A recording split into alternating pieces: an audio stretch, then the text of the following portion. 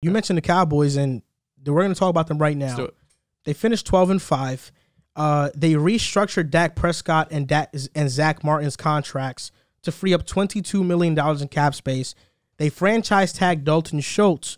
But even with that, when I last checked, they still have minus $22 million in cap space. Yeah. So they don't have money. The next move they might make is releasing Amari Cooper. And before we get in depth into their offseason, let's just talk about the Amari Cooper thing. If they do indeed release Amari Cooper, how big of a mistake would this be? Real quick, Dallas now has $1 million in cap space. Yeah. So they freed up. And they could also restructure Dak's deal, I believe, and save a little bit more. They restructured his deal already. Oh, they did it already? Mm-hmm. Oh, yeah, okay. Where'd you see them have one? Spotra, or over the cap. Okay, I was going to say Spotrac has a -8. I always wonder Cap's why all over the place. Why Facts. there's always these big It is all over the discrepancies. place. But you cut Amari Cooper. The weapons room definitely gets interesting, but then you're really relying on CeeDee Lamb to be a wide receiver 1. And I do think CeeDee Lamb has wide receiver 1 talent. However, I'm worried we're starting to overrate CeeDee Lamb's game a little bit. I think he's a very talented wide receiver. Sure. Do I think he's wide receiver 1 material where you can be successful in the NFL and win games with this guy being your number 1 option? Eventually. I don't think right now is that time. Before you go, I just want to ask you a quick question. Okay.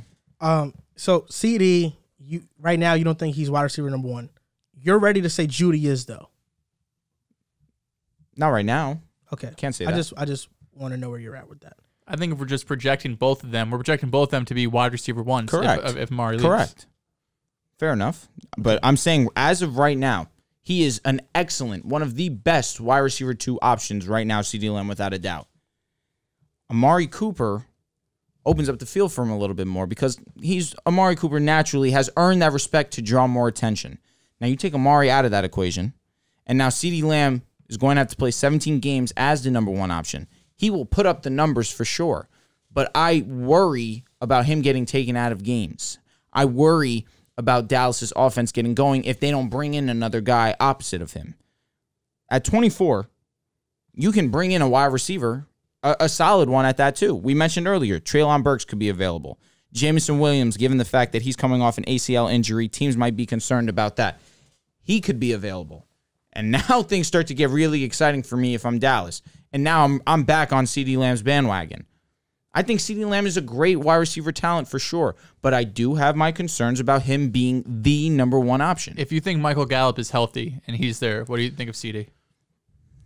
That's still tough for me personally. I need another X wide receiver on the outside.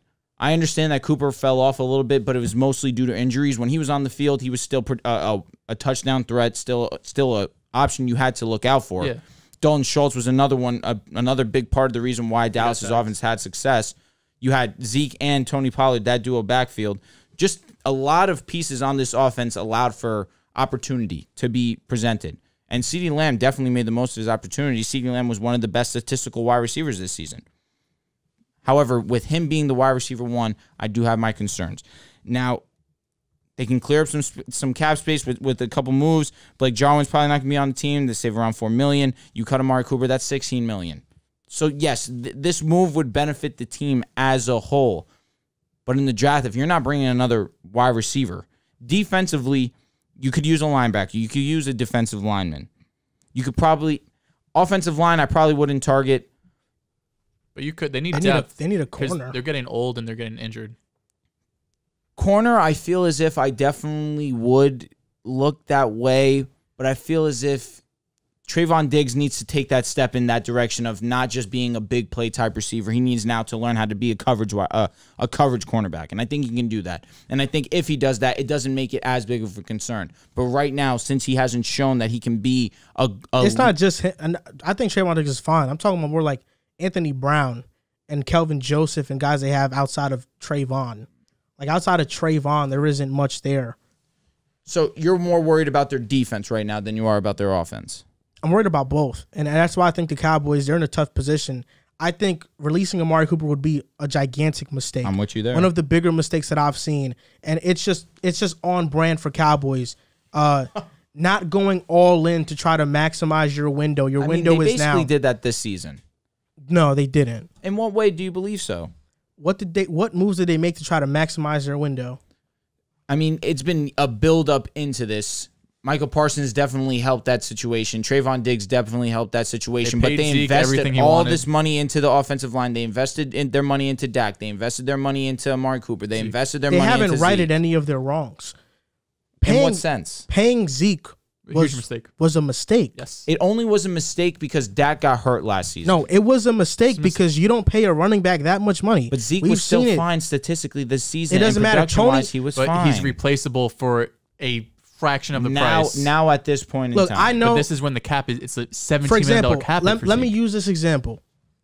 The Rams, they paid Todd Gurley. They moved off him the year after. But that was a different situation. They realized it was a mistake because he was hurt. They ate a lot of dead money, though. Yeah, they paid Jared Goff. They realized it was a mistake. They ate a lot of dead moved money. off of him. But it's not like you're just releasing these guys and that's it. You still have to take on dead money. Okay, so if they wanted to release them, it's not just... I understand that. But Dallas has not written any of their wrongs that they've done. They paid Jalen Smith. They moved off of him too late. Leighton Vander Esch was an injury waiting to happen. He always got injured. They paid him big money. He's healthy this season. They paid Ezekiel Elliott big time money. When I don't care what you guys say, when I watched the games and I saw Tony Pollard and Zeke, Tony Pollard was better than Zeke. I'm on your side. I don't care what the stats tell me. Maybe not better, Pollard but was better. So replaceable.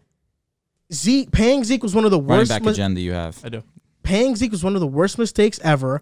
And now they might release Amari Cooper. I mean, y'all just said it. Y'all just said this is the new NFL. You need 4 or 5 receivers. I'm with you. No, we're all agreeing on this one. Losing Amari I think CD can be a 1. Yeah, Gallup, like right now? Yes. Gallup coming off of an ACL injury, he has to work his way back in. Cedric Wilson's a free agent. Dalton Schultz is back. That makes it a little bit better. Their offensive line has been getting worse year by year. Tyron Smith is always hurt. La'el Collins is hurt sometimes, and also he doesn't play his best sometimes. Even in the playoffs, he had his best game that I've seen him play in a long time. Connor Williams, also a free agent. And on defense, probably should bring him back also. And on defense, I think Osa was good, the rookie. So I think he'll take a next step. Micah, where are you going to place him? Is he going to be a linebacker? Is he going to be an edge rusher? I feel like if you lose Randy Gregory, now you can fill that edge rusher hole with Micah, but now you need linebackers. You need 3 linebackers. He can do both, though, which makes it a perfect fit for them. I agree, and also I don't love their safeties. I mean, J-Ron Kearse is a free agent. They have Casey's to bring a free agent too. Yeah, and Keanu Neal played linebacker for them. This season, he didn't play well. No. They have to bring back J-Ron Kearse. J-Ron Kearse was their 3rd best defender last season. There's no doubt about it. He was covering tight ends. He was doing a damn good job. I feel like they have to focus on defense more this offseason. Even if they release Amari Cooper, they have to focus on defense a little bit more, because if I think CD can take that step to being a wide receiver number 1. Gallup is a fine 2. Wilson is fine off the slot. These are both free agents. And Gallup also may not be healthy week 1. Keeping Dalton Schultz is huge. Huge. Because of that, go all in on defense. Maybe go out and get a Joe Hayden. Go out and get a veteran corner, a Kyle Fuller. Go out and get a Xavier Rhodes, Xavier Rhodes was with Mike Zimmer in Minnesota. But he could come back. All this is only possible if they free up the cap by letting go of Amari. How else could this happen? Restructures. There's so much things that can happen. They can extend Amari Cooper. The new NFL and the way that they finesse contracts, I'm still trying to really grasp my hand around. But right now, -8 million or -1, regardless. This is how it works. Free agents? Let me explain it to you, please. Amari Cooper right now has 1 year left on his deal, I believe, or 1 or 2. I think he has 3. They signed him 5 years, 100. He has no guaranteed money left on his deal though. This is how teams finesse the cap. Let's say I'm like Dallas. I have $1 million in cap, right? Instead of Amari Cooper, instead of his cap hit being $20 million, I transfer that money for that to be a signing bonus, which means I give him the money up front, and that doesn't count against the cap. So if they do that, if they just give him the money up front, okay, we're gonna restructure your deal and move 15 mil of your salary to the signing bonus, they now save 15 mil. Okay. So teams that get uber aggressive like that, they can basically put voidable years in contracts and move contracts to the back and stretch it out over a long period of years. But didn't they already do that with Dak and Zach? They did it, and it freed up 22 mil. But that's exactly what I'm saying. They're still under. Yeah, but what else could they do? If they really wanted to go all in, they can do that with Lawrence. They can do that with Zeke. But even though Lawrence doesn't, they've asked Lawrence to take a pay cut, and he hasn't wanted to. Yeah. Which I don't blame him. But that's what I'm saying. Like, there's ways. The Saints did that for years with Drew Brees. They never had cap space. The Rams didn't. I mean, bro, you can't take a $30 million dead cap hit by trading Jared Goff and getting Matthew Stafford if you don't do things to finesse. Yeah. Like, they finesse crazy. Definitely. The dead money from Gurley's deal, from Goff's deal, and they're fine. Books. Like, and they've been able to load up their roster. Like, Dallas doesn't do that. And that's why I'm saying, like, there's ways for it to happen. I'm not working in the front office, so I can't say this is how you do it, but we've seen teams do it before. And Jerry Jones, who always says he wants to win and all this other stuff, like, he hasn't shown it, bro. He hasn't made enough moves to say it just hasn't been to do it. And he signs all of the guys that, you know, they've been a really good team drafting, and they pay all of the guys they've drafted. Who have they let go? I know, but that's not always the best thing. I think Zeke's the only, and Van Der Esch, because he got hurt. Jalen Smith, too. That was probably a year too early as well. But I think Zeke was the only one that was like a complete obvious, like, what's going on. And he was, it's because Zeke was holding out during that offseason 2019, I want to say. That 2019 summer, 2018 summer. You know what Zeke was before the contract. He was, but I also know running back is super replaceable. The reason why Dallas is good is because of Dak, not because of Zeke. There was just very few doing what Zeke was doing at that time. I know, but very few. We see Tony Pollard. He is just as good. He's electric. He is very good. I would love him. It's killing with the me to Jets. hear this, man. I also don't know if he could take 250 carries, but I know if you get Tony Pollard and then you bring in another running back to take, you know, that Didn't stress Pollard off get him. hurt last season too? Then Zeke. True. Running backs are going to get hurt. You know, at the end of the day, like, Zeke has been so durable up until this point. he has been, but he also has all these carries on his body. This that was he's gonna, legitimately the first year Ezekiel Elliott had any type of injury that hindered his play. And even still, statistically, he was fine. statistically, because he has so much work. Like, when you get 25 carries, 20 carries, like, the it. yards are going to be there, the touchdowns are going to be there. You still got to do it end of the day. You do, but down the stretch towards the end of the year, bro, he did not look good. Fair. He looked like. And now he was you have off to, his and step. now you can't get out of that contract till 2024. I want to say. I mean, I guess you could cut him next year, but you're taking on a pretty large dead cap hit. But I mean, we've seen teams do it, like the Rams. Amari's a $6 million dead money. You're freeing up 16 though. No, so for it sure. makes more sense. You're not freeing up anything. They have the 24th pick in the draft. Who do you want to see them draft? Nakobe Dean. I want Nakobe Dean. I think that'd be great. I think that's the area where I don't see inside linebacker going at 11 to the Commanders. I think it's going to drop a little bit. I also think they need interior defensive linemen. So if they take one, all the Georgia guys are ridiculous. Even Devin Lloyd from Utah is really good. But Devontae Wyatt or Jordan Davis, and then a couple veterans like Akeem Hicks or Ndamukong Suh, they really need to buff up that interior. They have great edges with Lawrence and Micah Parsons, but if they could beef up that interior, take them to another level. You think Jordan Davis will be there or no? Yeah, he could be. I think his floor is to the Chargers at 17. I believe they have 17. Jordan Davis? His floor. Like that's the latest he's going? After his combine, bro, his stock went up crazy.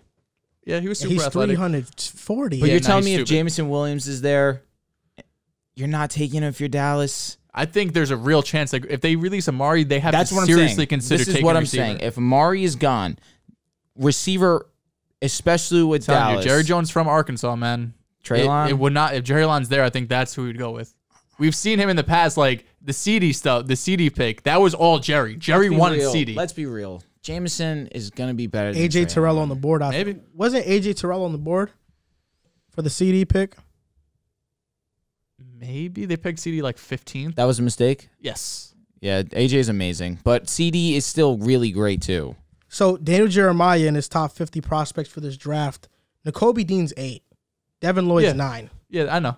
But it's different when you're taking in positional value. Yeah, I know. Compared to For just, sure. Big board. But Daniel Jeremiah, the fact that he's very high on these guys, he said Nakobe Dean reminds him of Jonathan Vilma. That's a good comp. Bro. Vilma was super athletic. That's Jet ridiculous. Legend? Jet Legend. Yeah. Let's be honest. I can't Saints Yo, you legend. don't think? believe Yo, we do you don't think I know. Treylon Brooks is Stephen Hill? Home. That's so rude. Stephen Hill. He's my Josh God. Gordon. Is Chris Olave? Stop it. I don't want to even do that. You're a bastard. Is Chris Olave Devin Smith? That's closer. They both went to Ohio State too. Devin Smith, Madden legend. Yeah, he was super fast. That's Yeah. why. Devin Smith. I'm bro. lower on Olave than you are. I know. I don't know where you. I like stand on I Olave. like Olave a lot. I like I like Olave. Olave a lot. I feel like I'm going to be the lowest on Olave, definitely, out of all of us. Just worries me that he was a senior. He came back his senior year and he still wasn't the best receiver on his team. kind of worries me. And he was always had a great receiver there with Garrett Wilson. You could say that, but Jettas wasn't the best on his team with Jamar. That's close. But they were only together for one season. Yeah, but Jamar was and like Jettas was that was a conversation though. That was a conversation. Oh, you're saying Jamar? Yeah. That was a conversation. Yeah, some guys are just like different. But Jamar Chase is a different level of prospect than anyone on the Ohio State team is. Even Jackson, I don't know how you say his last name. It's like a Nick Jabo or something. Yeah, you're right. You're not wrong. That's Chris Olave is really good though. He's solid. He's fast as hell. I don't know if he's wide receiver 1. Like I'm talking about, like just projecting him into the NFL. Like he can be that, but I think he's gonna be a really good vertical threat for sure.